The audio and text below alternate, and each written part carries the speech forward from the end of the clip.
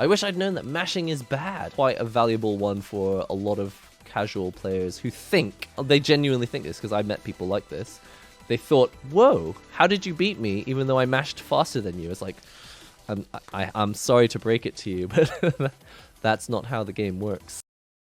What do you wish you knew when you first started fighting games? This is by user Diaphone. This tweet, I saw this on Twitter, and I thought, wow, just by reading the quote tweets on this, I'm learning all sorts of stuff that I had no idea about in fighting games. I'm learning so much. I was just wondering if we can just pick out some of the best ones. What do you wish you knew when you first started fighting games? For me, it was the unimportance of playing on stick.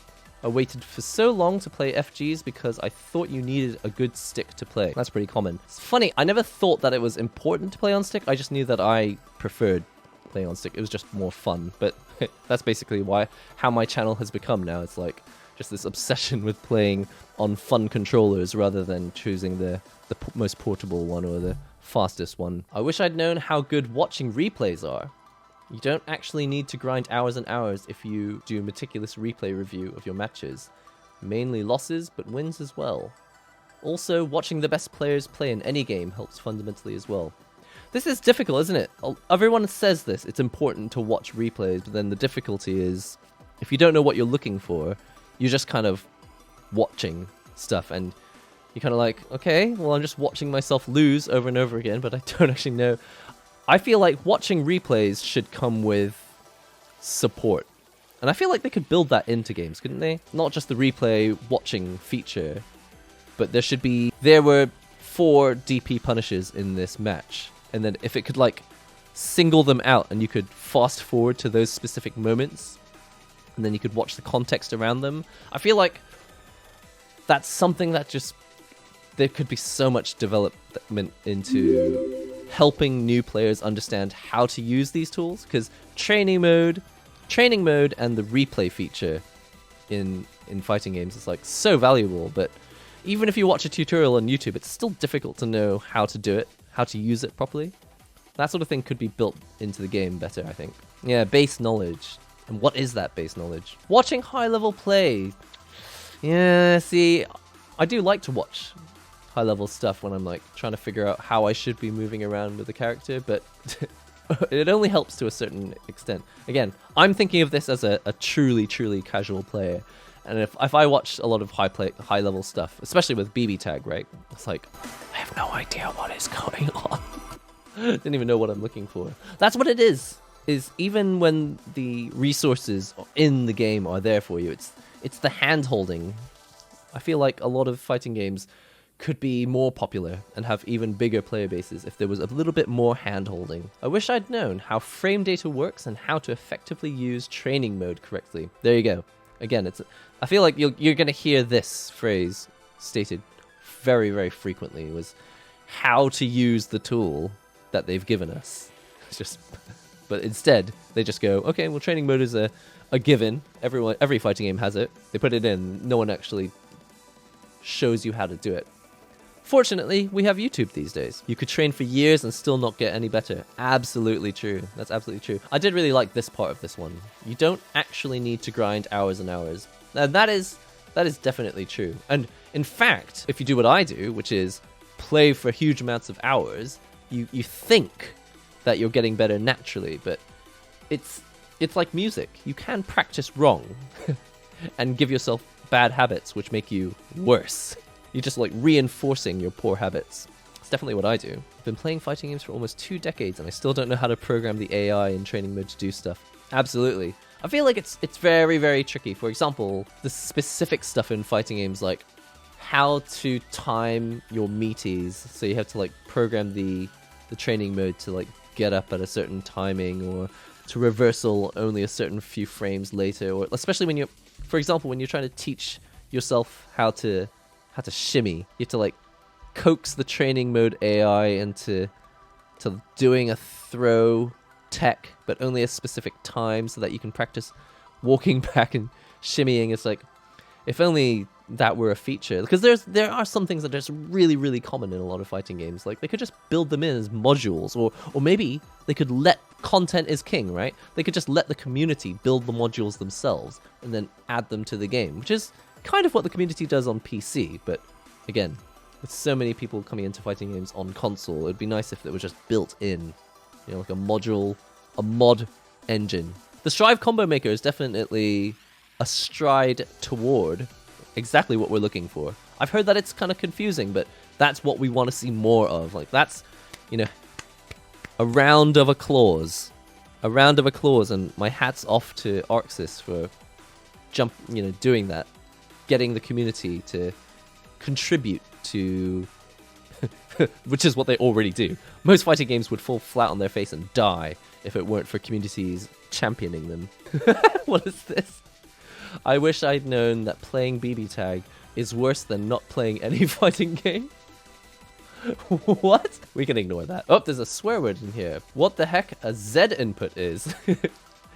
That had me stumped since I was 8, and I never learned until I picked up Street Fighter again as a grown man. I understand why they call it a Z input, but the truth is I've had multiple friends that I've spoken to.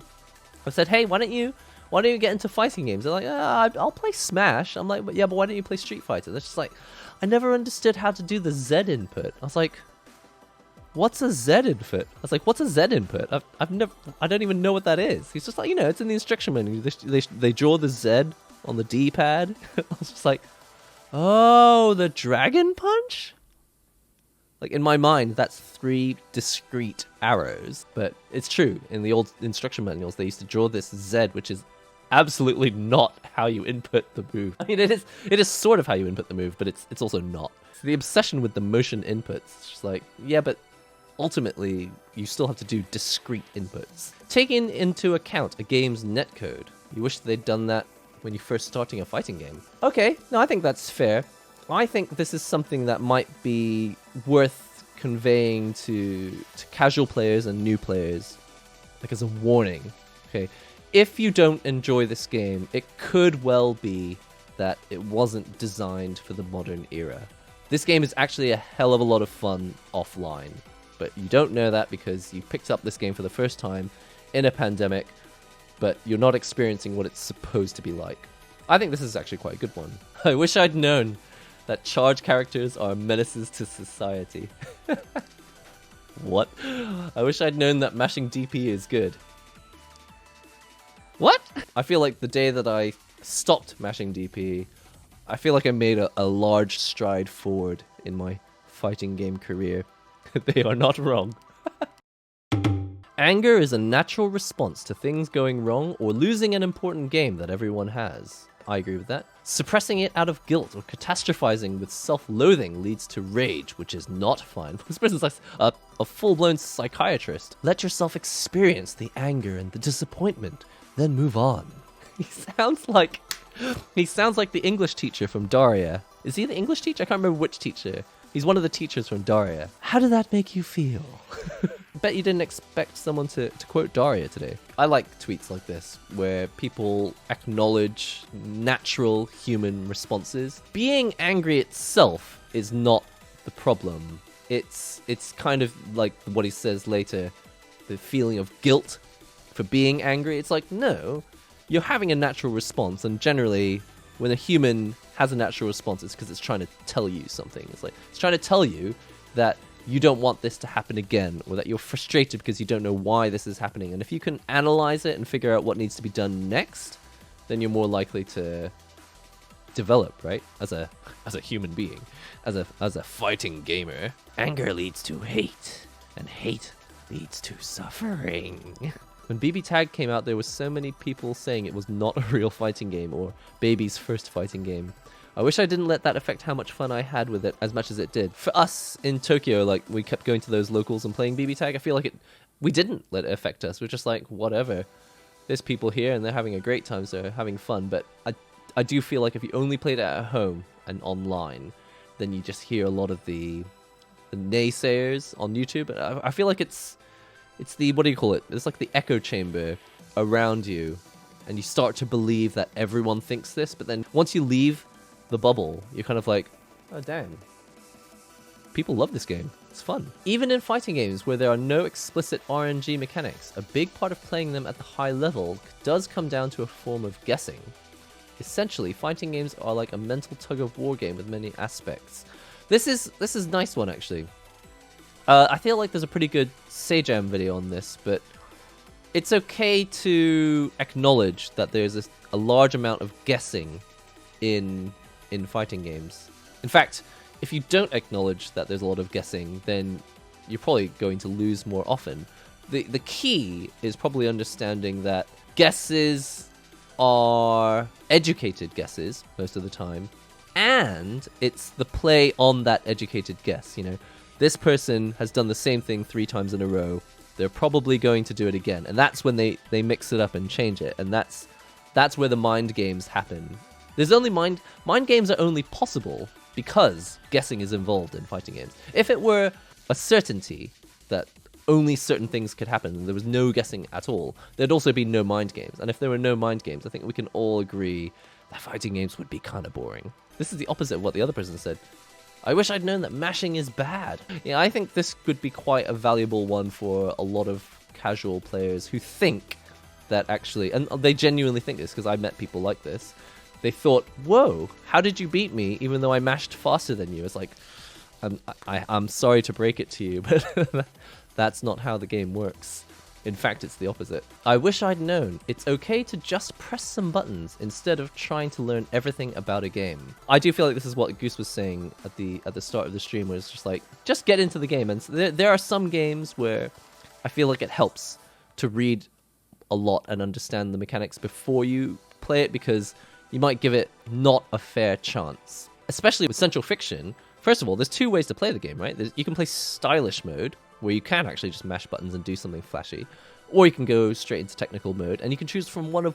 How many characters are in this game? They're like 35 characters? Like, for a 2D game, it's quite a sizable roster. And, for example, like, we did it today. Like, I didn't review any of the system mechanics, just jumped straight back in. Just jumping in and mashing buttons sometimes, that's fine. That's totally fine. Then again, I feel like with Under Night, you get the wrong idea. If you just jump straight in and try to mash buttons, it's like, wait, I don't understand. What's good about this game? So I feel like with Under Night, you want to learn a little bit about the grid system. I wish I'd known that winning only matters in tournament. Don't beat yourself up for losing. Here's the question, though. Does it even really matter in a tournament, or is it just more money? I wish I'd known that there isn't one way that you should play. People may get upset and complain about the way you play, but it's likely because you're beating them. It's not your job to please people with your play. Absolutely. I agree with this. Absolutely, 100%. You know, I have nothing against games that are quite prescriptive about their gameplay, but it is really nice when a game comes out where people can just really do whatever they want with the character, and you see people playing the same characters but in different ways depending on who plays it. It is kind of boring at a point when the game gets a little bit too, I think the word is optimal. Just like, I don't want to see optimal gameplay, I just want to see crazy stuff. I wish I already knew tier lists were dumb, but they're dumber than I thought. I like where this is going. Elmao, play whoever you want, don't believe any of that, it only matters at high top level, because it doesn't even matter. I love this one. I'm a big fan of any commentary, any sort of fighting game commentary in comments or in tweets or in streams or in videos where someone says, ignore everything. Ignore everything you see, ignore everything you read, ignore everything you see on the internet. I like tweets that say stuff like that. I get so annoyed with all the people being like, ignore tier lists, they don't matter, because it makes them sound like they know what they're doing. Then pros are like, pick a top tier. It's true, you get both bits of advice on either side. It's just like, ignore the tier list, and then the pros who are actually making money, they're just like, why would you choose any character that isn't this one character? The strongest one in the game. Also true.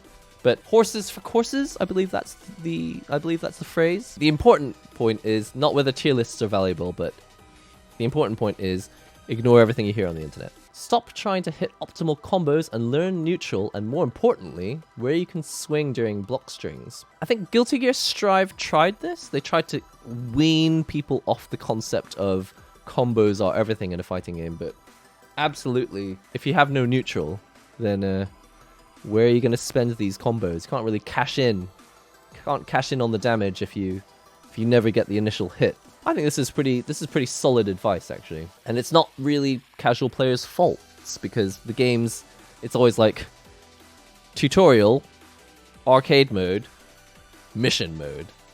And really the only thing that the game tries to teach you is how to do combos. Except Under Night. Under Night tries to... see, I don't feel like Under Night is a tutorial though. I feel like Under Night is more like an encyclopedia. I wish I'd known to just go to Dustloop and steal info and tech from there. I don't know. I actually tweeted the opposite. I tweeted I wished I had come up with more stuff myself. It does make more sense maybe if you play a lot of fighting games, just pick up the optimal combos and stuff. But for me, I feel like every time I pick up a combo from the internet, I learn less and less about the game. Like, I don't actually know which moves were cancels. I don't know which moves were chains, which ones were sequences, which ones were links. So I feel like the more that I tried to personally make up combos by myself, I feel like the more I actually learned about the games I was playing. I'd definitely tell younger me to not get scared of picking the hard characters, because I'm about to sink 1 billion hours into this genre anyway, so you might as well play who you really want. Okay, no, that's fair. I often do shy away from the harder characters because I'm like, no, I don't want to sink time into this game. But then, ultimately, you do sink time into these games. Even if you don't want to, you do. If you're going to spend 400 hours on the game instead of 300 hours in the game, may as well, like, you're still spending hundreds of hours on a game. Just choose the hard character, I guess. That's interesting. I don't know if that applies to everyone, but I do think it's interesting. Punish isn't real. Just win neutral over and over. What? This is too high level for me. I don't actually understand what this means. And then the very next tweet, neutral isn't real. One man's trash is another man's treasure. That has been a lot of fun, but I think it is time to pop back into the game. But I just loved that thread. I found it really, really valuable. We only read maybe 15 or so of those tweets, and there's like 500 quote retweets. Plus, there's like probably at least as many replies in the replies below. So a lot of knowledge to be acquired there.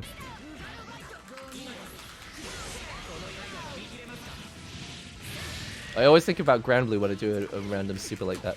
Anyone who's not following the YouTube channel, join us on the YouTube channel. We're going to be working hard on making the Discord a fun place to be, so join us there. And of course, if you're not already followed on Twitch, click the follow button. And thanks everyone who stayed subscribed even though I wasn't streaming. I will see you all in the next NihongoGamer stream and or video. See you next time.